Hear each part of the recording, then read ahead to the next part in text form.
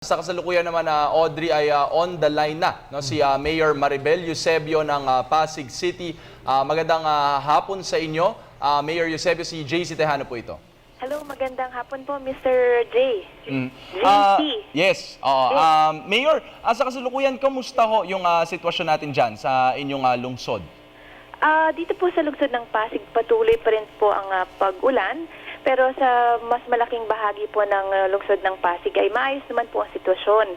Pero syempre meron din mga bahagi na may mga kalsada na may mga pagtaas po ng tubig baha na medyo siguro generally mga 3 to 5 inches. Pero yung mga kalye at mga lugar na nasa tabing ilog ay tumataas po ang tubig at may mga lugar na kalye na medyo mga 2 feet ang taas at medyo yung iba mas matataas po doon po sa mga 4 na barangay na medyo apektado talaga out of the 30 barangays dito po sa Pasig.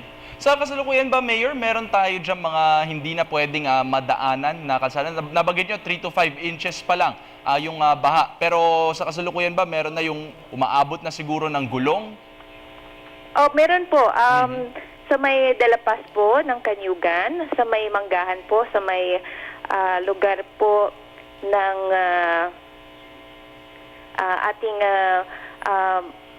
sandali lang po meron po tayo sa may Pag-asa Street at sa may Villa Upeng at sa may Kaadlin Sabay at dito rin po sa may lugar ng Pinalad meron pong mataas rin na tubig.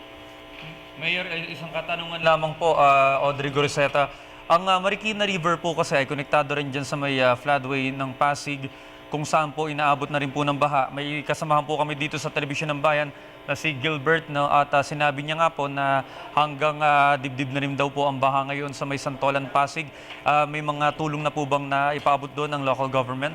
Opo, doon po sa may lugar ng Sergeant De Leon sa may Santolan ay mataas po ang tubig at kanina pa pong umagang alas 5 ay may nagsisilikas na rin po at dinadala rin po sa evacuation center. Nagpadala rin po tayo mga pagkain at community kitchen at mayroon pong mga DSWD officers doon.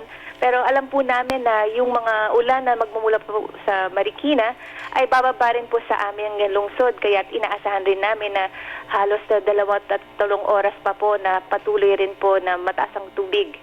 Apo, sa may Pasig po kasi ang napapabalita ngayon na may binabaha talaga yung area ng Santolan. May idea po ba, nakarating na po ba sa inyo ang impormasyon kung may kuryente po doon?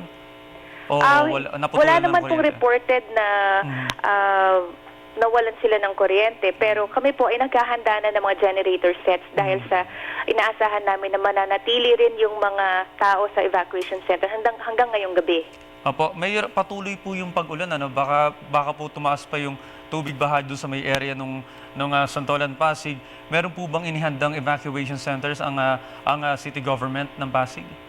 Opo, as of now, may nakahanda na po kaming siyam na evacuation center at doon po sa Santolan ay sa Santolan Elementary School. Kung meron man pong gusto pong ng mailikas o kaya gusto ng pansamantalang matitirahan, pupunta po sila doon sa Santolan Elementary School. Mayor Eusebio, meron po ba kayong panawagan para po sa mga otoridad para po makapag-abot pa ng tulong sa iba't iba pang lugar dyan sa Pasig?